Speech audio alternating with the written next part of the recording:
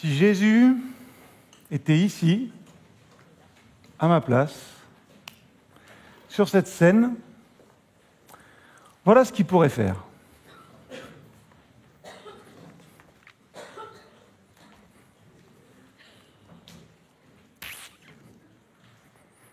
Toi,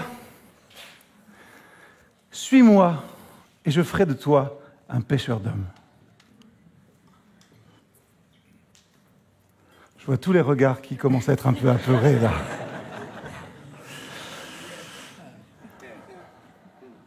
Toi, il ferait comme ça, il se regarderait dans les yeux, il dirait « Suis-moi et je ferai de toi un témoin ».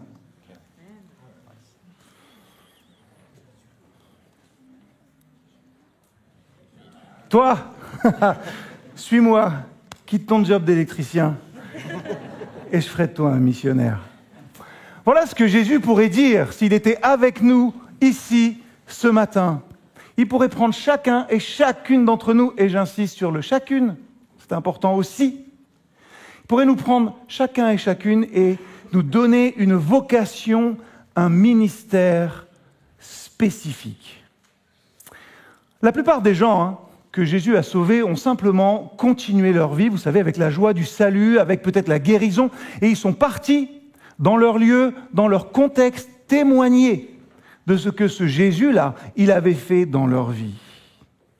Mais les 12, il les a regardés dans les yeux et il a dit « Vous, suivez-moi. Vous serez des pêcheurs d'hommes, vous serez mes émissaires, vous serez mes ambassadeurs dans le monde. Voilà votre vie. Vous serez la première onde de choc auprès de toutes les nations du monde. » Si Jésus était ici, physiquement, ce matin, voilà ce qu'il pourrait faire. Mais vous n'avez que Jérémie. Oh, j'apprécie les hauts qui me font droit au cœur.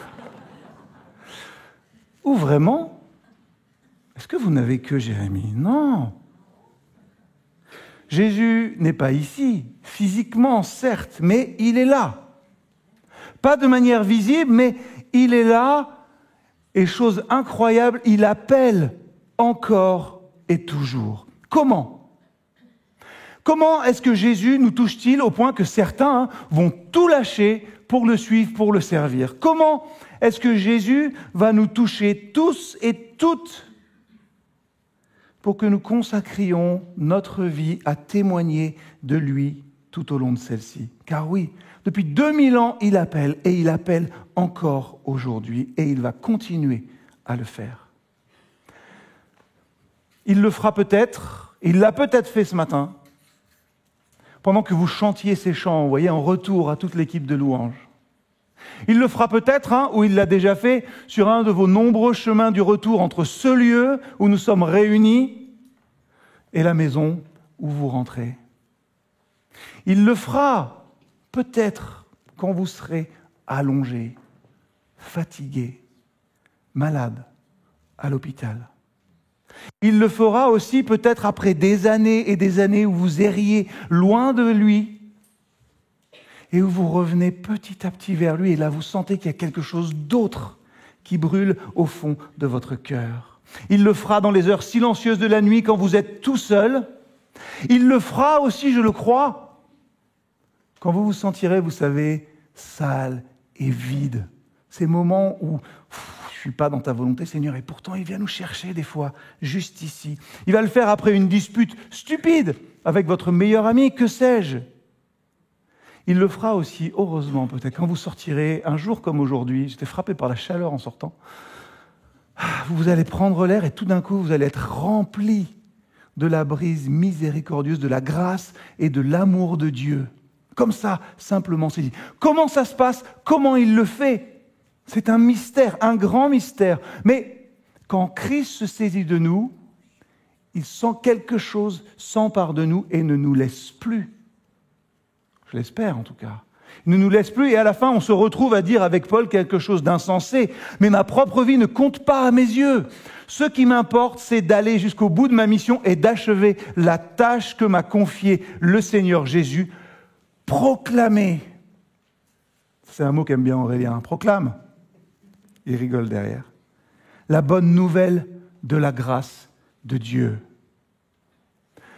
Peut-être que pendant cette campagne, mais je l'espère pas que, dans toute notre vie d'église et dans bien des dimanches, des miracles inexplicables, peut-être encore secrets là, se produisent. Des missionnaires, des témoins sont créés, pas par nous, hein.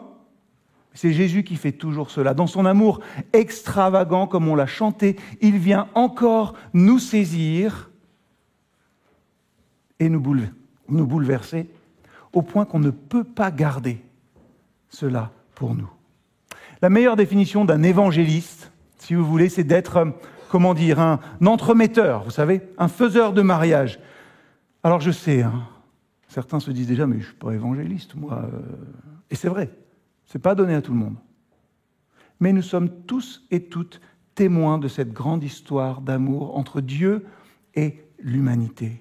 Nous pouvons présenter Jésus aux gens et leur dire combien il les aime pour qu'à leur tour, eux, ils en tombent amoureux. Et pour favoriser cette rencontre, Jésus nous envoie à la fac de Théo,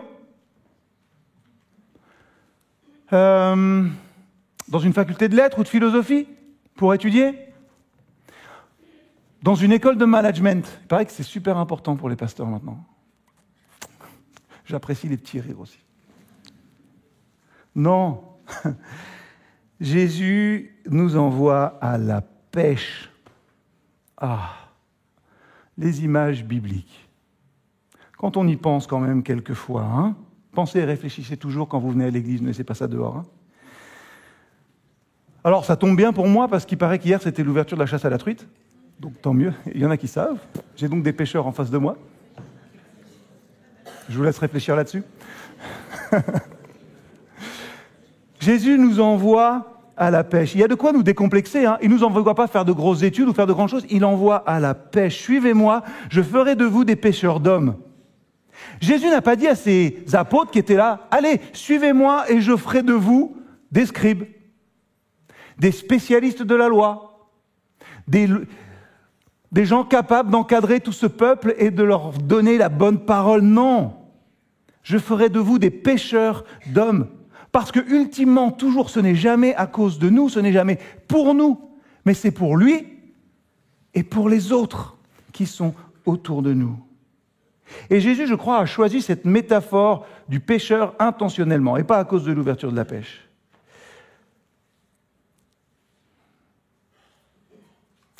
J'ai pas envie de me faire d'ennemis ce matin, mais j'ai réfléchi et je me suis dit, mais pourquoi pas la chasse ?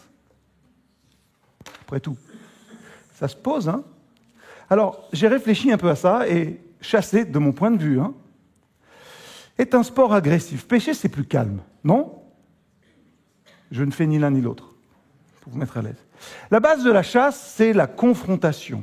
Celle de la pêche, c'est l'attirance. On attire le poisson avec un appât. À la chasse, on y va, on regarde, et on tire. Enfin, en tout cas, c'est comme ça que je pense. À la chasse, on a une balle qui part. À la pêche, il y a toute une variété d'équipements, de leurres, d'hameçons, d'appâts. À la chasse, quand vous avez tiré votre meilleur coup, c'est terminé. Si vous l'avez manqué, l'animal s'enfuit, il est apeuré. À la pêche, si les poissons ne mordent pas tout de suite, c'est pas trop grave, ils peuvent revenir, vous savez, et mordiller plusieurs fois, là, à ce moment où ça vous énerve. Allez, tu vas prendre... Moi, je vous parle, mon expérience de pêche, c'est quand même une canne à pêche en bambou et un bout de mie de pain. Donc, c'est pour vous dire à quel point je suis pêcheur. À la chasse, l'animal n'a pas le choix, tandis qu'à la pêche, le poisson a le choix de mordre ou pas. À la pêche, il faut quand même que vous soyez un bon tireur. Vous avez un coup. Il ne faut pas rater. À la chasse, pardon. Ouais, mais vous suivez, c'était juste pour voir ça. À la pêche, même si vous êtes qu'un amateur, n'importe qui peut mettre un appât dans l'eau. Voilà, c'est la fin de l'épisode inédit de Très chasse, très pêche. Ok, vous pouvez vous remettre en mode j'écoute une prédication. Mais quand même, en regardant Jésus, on peut dresser un parallèle entre sa façon de pêcher et notre manière de témoigner. En Acte 1, verset 8, Jésus dit « Vous serez mes témoins à Jérusalem, dans toute la Judée et la Samarie, et jusqu'au bout du monde. » Remarquez que ce texte-là nous dit non seulement ce qu'il nous faut faire, témoigner, pas une option, mais aussi où le faire. Jérusalem, dans toute la Judée, la Samarie et jusqu'aux extrémités de la terre. On choisit où on veut pêcher. Et on ne pêche pas tous au même endroit. Heureusement. Je ne sais pas ce que diraient les pêcheurs parmi nous. Tout d'abord, commencez là où vous êtes. Voilà ce que nous dit Jésus. Votre Jérusalem, c'est là où vous habitez. Là où se trouve votre sphère d'influence, là où se trouvent vos relations. Vous commencez avec votre famille, vos amis, vos collègues, vos proches, vos voisins. Je suis toujours surpris de voir que bien souvent on connaît des gens qui habitent très loin, parce qu'ils sont chrétiens, voilà, et qu'on ne connaît pas la personne qui habite juste à côté de chez nous, jamais. Ça vaut pour nous tous, hein. C'est juste une réflexion comme ça. Ensuite, vous allez en Judée. Vous savez, la Judée, cette contrée voisine, mais un peu lointaine, l'Ardèche.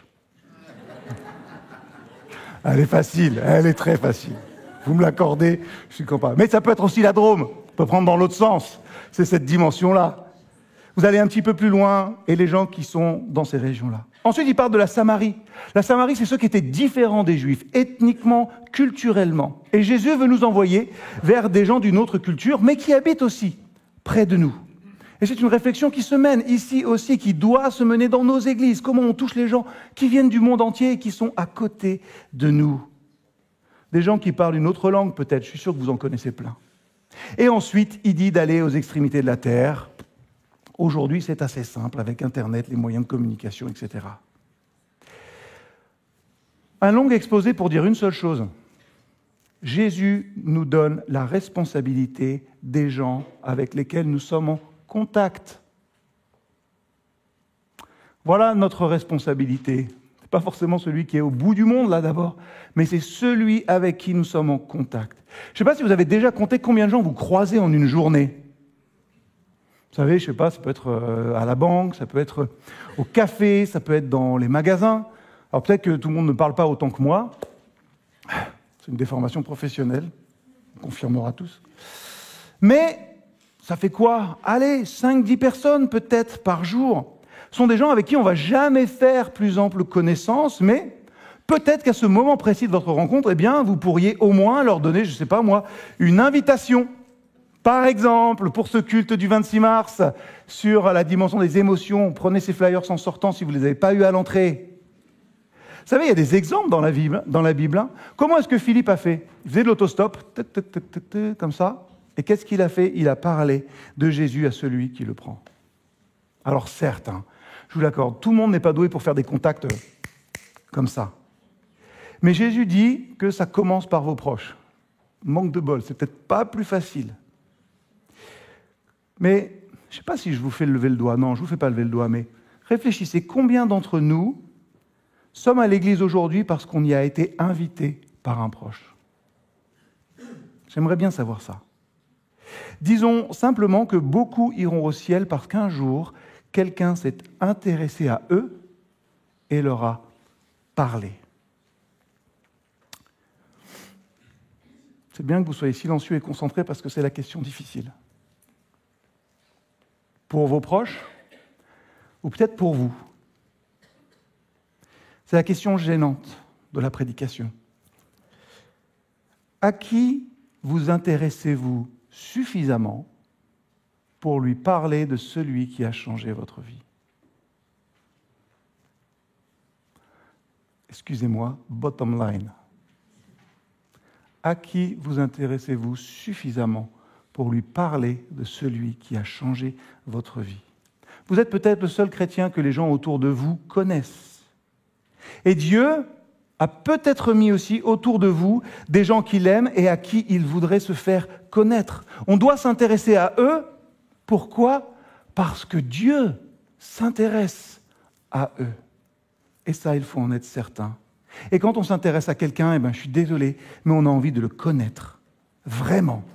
Et c'est intéressant, hein, pour dire que s'intéresser aux autres, une fois qu'on se fraye un chemin dans tous les domaines vers leur cœur, C'est ça qui fait. Quand on s'intéresse à eux, on se fraye un chemin vers leur cœur. Paul dit en 1 Corinthiens 9, verset 20, « Lorsque je suis avec les Juifs, je vis comme eux afin de les gagner.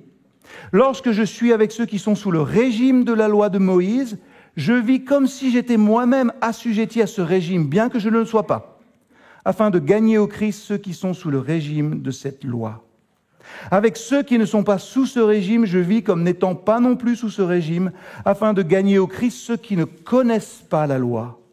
C'est ainsi que je me fais tout à tous, afin d'en conduire au moins quelques-uns au salut par tous les moyens. »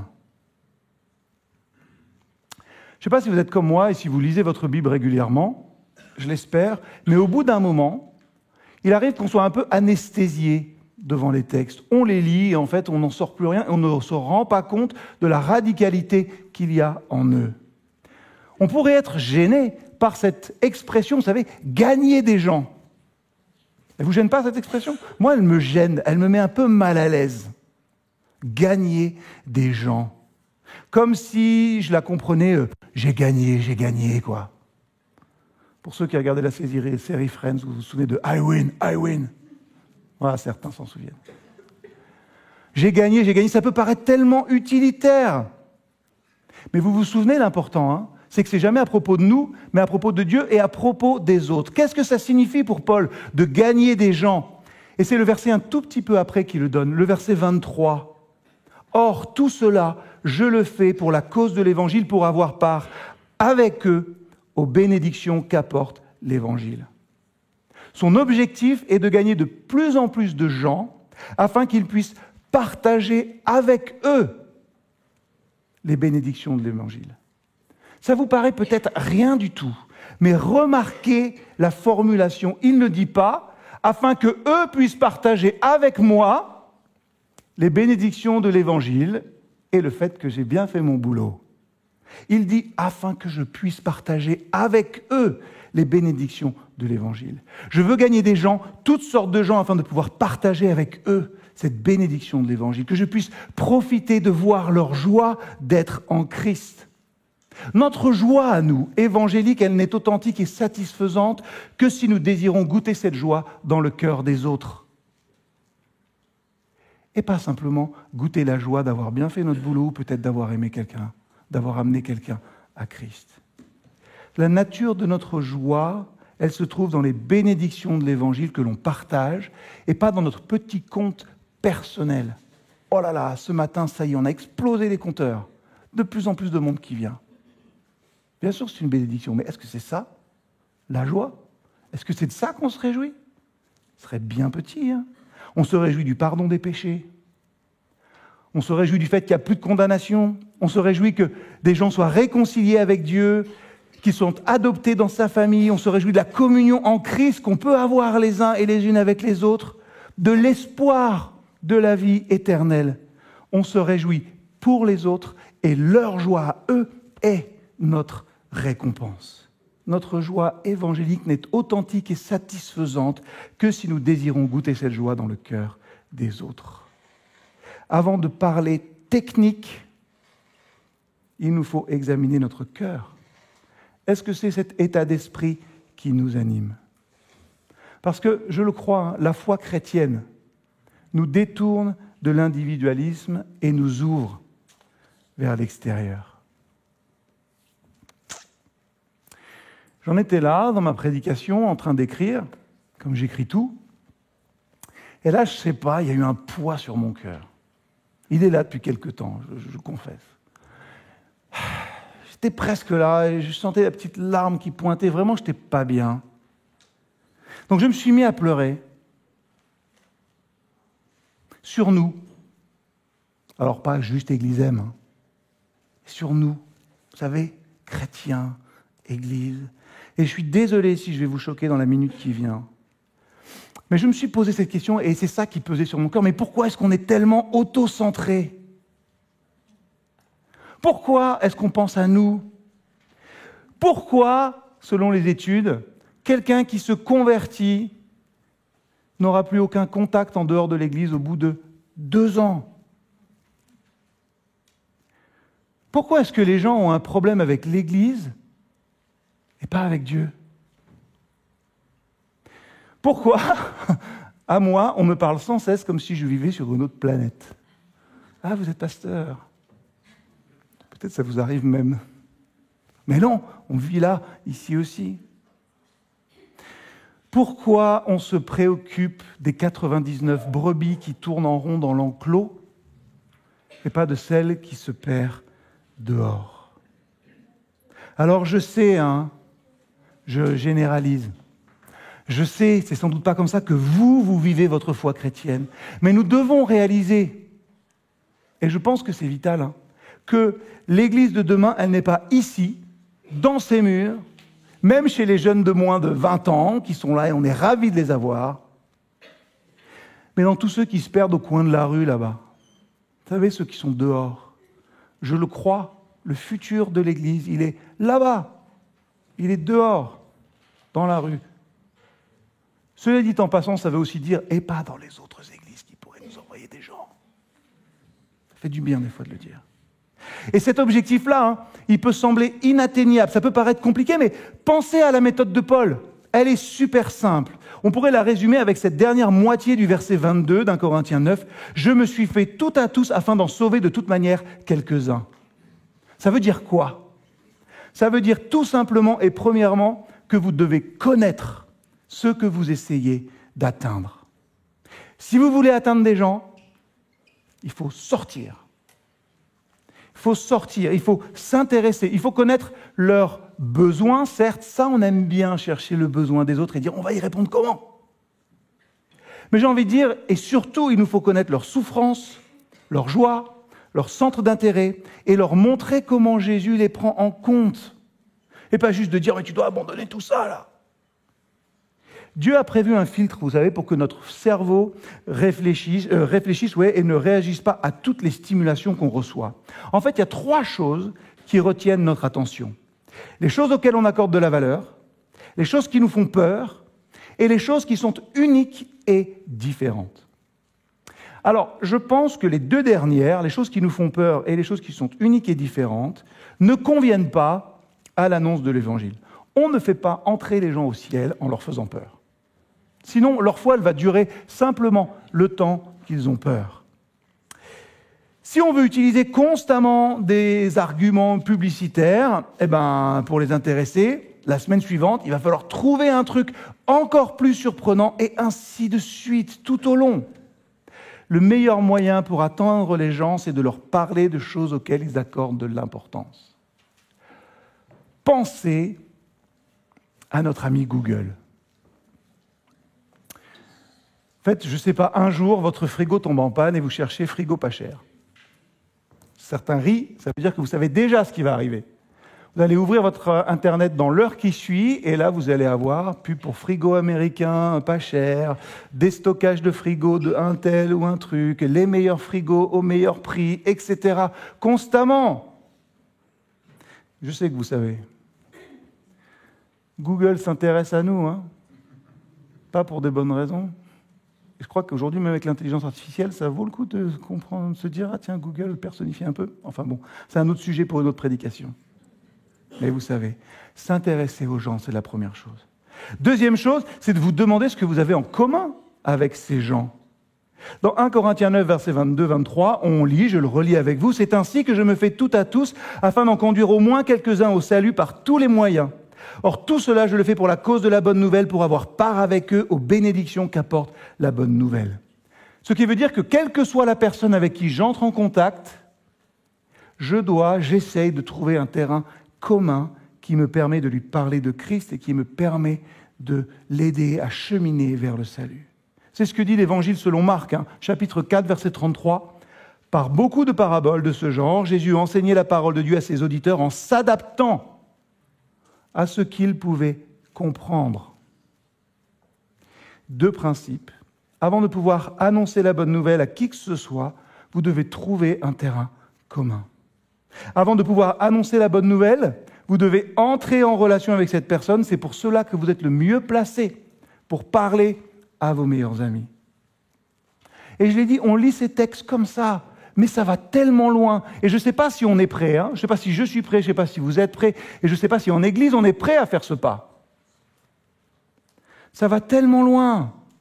Ça veut dire qu'au lieu de nous placer sans arrêt en opposition ou en protection, « Oula non, il ne faut pas que je regarde ça !» Au lieu de nous placer en opposition, en protection, nous allons vers les autres. On arrête de craindre d'être contaminé et on devient inspirant. On arrête de juger et on aime.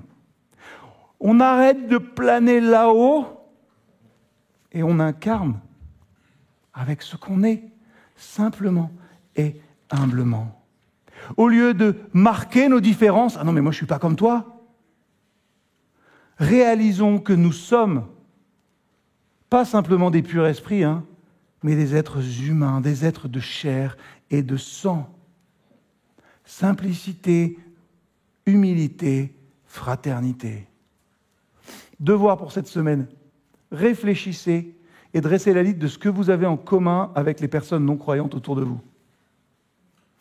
Vous allez trouver beaucoup plus de points communs, je pense, que de différences. Et vous savez quelle est la différence. Est-ce que vous avez les mêmes loisirs peut-être? Est-ce que vous regardez les mêmes séries? Est-ce que vous avez les mêmes problèmes avec vos enfants? Est-ce que vous aimez le même genre de musique? Faites une liste de ce que vous avez en commun avec ceux que Dieu a placés autour de vous, pour que vous appreniez à les connaître et que vous puissiez un jour peut-être leur parler de la bonne nouvelle. Troisièmement, c'est peut-être le plus important, la Bible nous exhorte et nous rappelle d'avoir de la sagesse dans nos rapports avec les non-croyants. C'est une question de réceptivité. Quelle est leur ouverture à la bonne nouvelle? Voici les faits, simplement. Certains sont très proches d'accepter le Christ. Et d'autres, il y a un long chemin à faire. Et un témoignage efficace va dépendre aussi de notre évaluation, de là où en est la personne en face de nous. Comment est-ce qu'on va l'aider à passer à l'étape supérieure? Je ne vais pas développer, mais vous avez un super schéma dans votre livret. Je ne sais pas si vous l'avez pris pour prendre des notes. Si vous n'en avez pas, il y en a aussi à l'entrée. Prenez-les. Vous pourrez y revenir plus tard, revoir les textes pour vous-même. C'est aussi bien.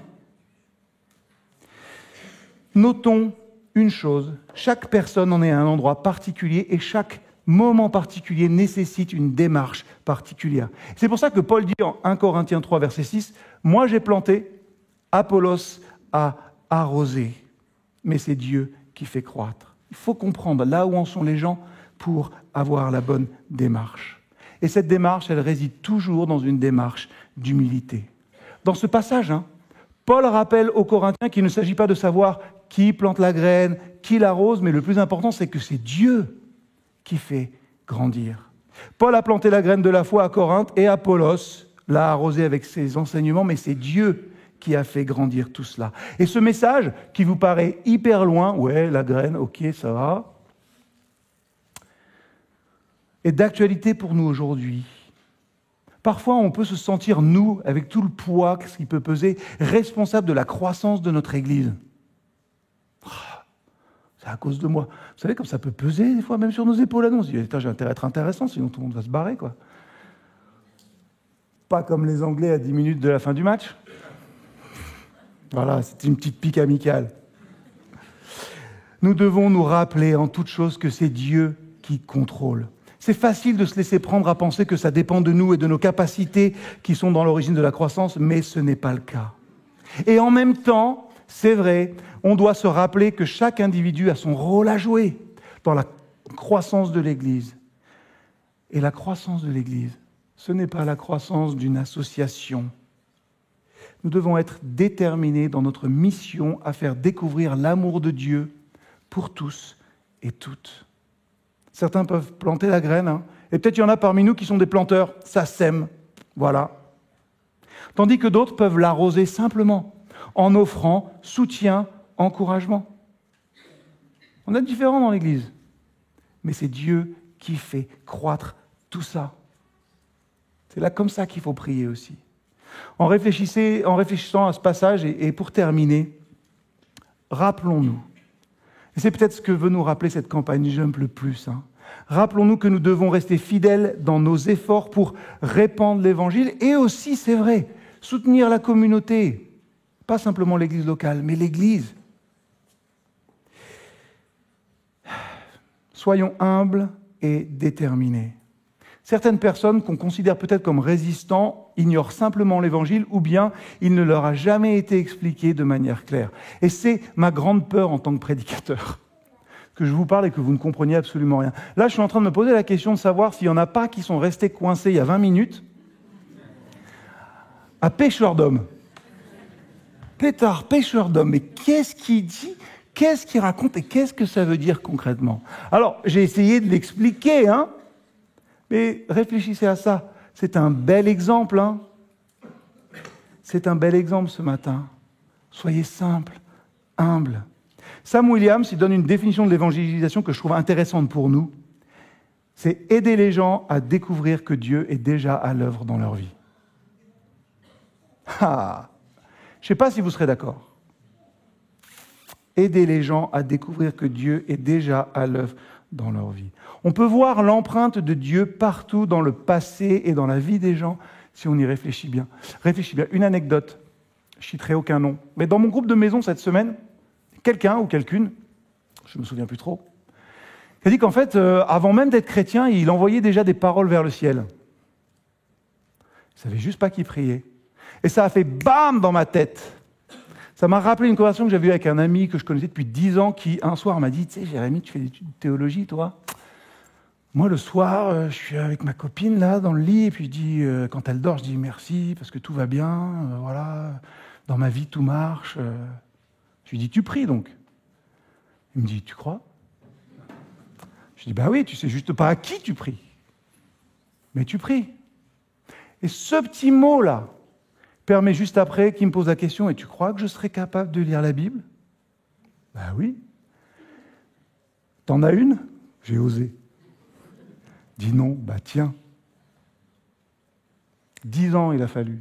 Simplement de connaissances, de relations, simplement pour m'entendre dire « Tu nous as jamais bassiné avec ça, donc j'aimerais bien en savoir un peu plus. » Voilà, on peut voir les marques de Dieu qui travaillent déjà dans la vie des gens avant. Dieu vous précède sur vos terrains de mission, sur vos terrains de témoignage. Donc, n'oubliez pas cette définition, je trouve qu'elle est pas mal. Aider les gens à découvrir que Dieu est déjà à l'œuvre dans leur vie.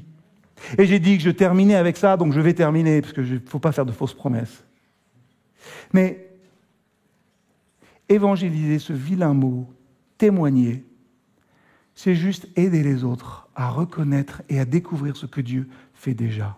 Et peut-être que ces gens ne savent pas que c'est Dieu à qui ils parlent. Peut-être qu'ils ne savent même pas encore qu'en fait, ils recherchent Dieu, tout simplement. Je vous invite à prier un instant. Seigneur, notre Dieu, Dieu d'amour, Dieu de bonté, je te remercie de nous rappeler que c'est toi qui donnes la croissance et c'est toi qui travailles avant nous.